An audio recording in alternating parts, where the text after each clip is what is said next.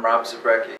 I was born and raised in Burbank, California, in Los Angeles. Was there magic in your family? Or? No, there was no magic in my family. I fell into it in my 20s. It had nothing to do with my family or what I was doing in life. I just literally fell into it by accident.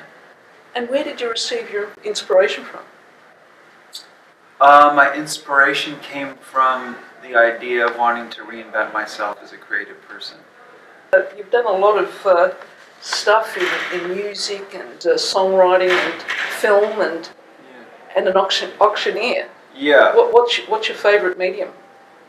Well, I think that all depends on what I'm doing at the moment. Magic can be a great form of self-expression. I find, you can really tell stories about yourself, just like any art form.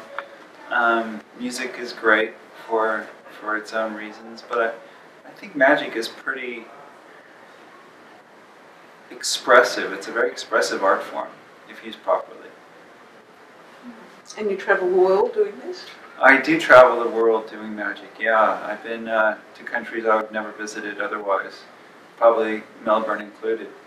Is this the first time you've been here? It is. There was a tour scheduled with my band Possum Dixon in the 90s that we never made it here. The tour got canceled, so we didn't make it over, but it was one of those places, it was a place I've always wanted to visit, so it was really nice to come here. Sadly, it's winter, and I always expected, like, you see people in shorts and, things in films and photographs and whatnot, so I was expecting something a little bit different, but it's been really fascinating and interesting so far. Do the audiences in Tokyo react the same way as the audiences in New York? Do the audiences in Tokyo act the same way as they do in New York? No, it's a different. I think each audience is different no matter where you're at. Audience, it's such an ephemeral thing. People latch on to different sides of the sense of humor that I try to present or do present. In Tokyo, I'm just kind of this odd creature from another world. And in New York, I'm an odd creature from another world too. But it's different. It's more of that there's an American thing there. There's an empathetic thing as an American. People can understand. But when you're in a different country, I think there's barriers.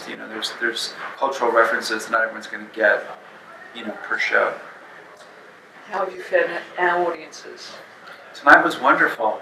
It certainly was. It was really great. I love tonight's audience. I think there was a really great connection. There was a lot of laughter, and I think I felt like I was understood in the way that I like the character to be understood.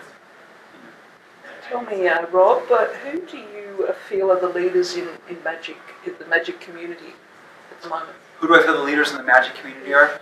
Well, I think there's a lot of great thinkers in magic.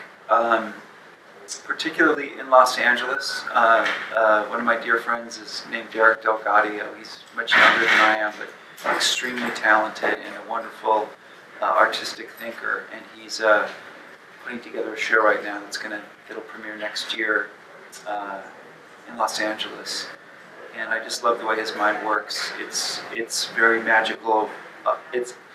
He's a magic genius, but he's also a great creative thinker. And when you can put those two together, it's a recipe for great self-expression.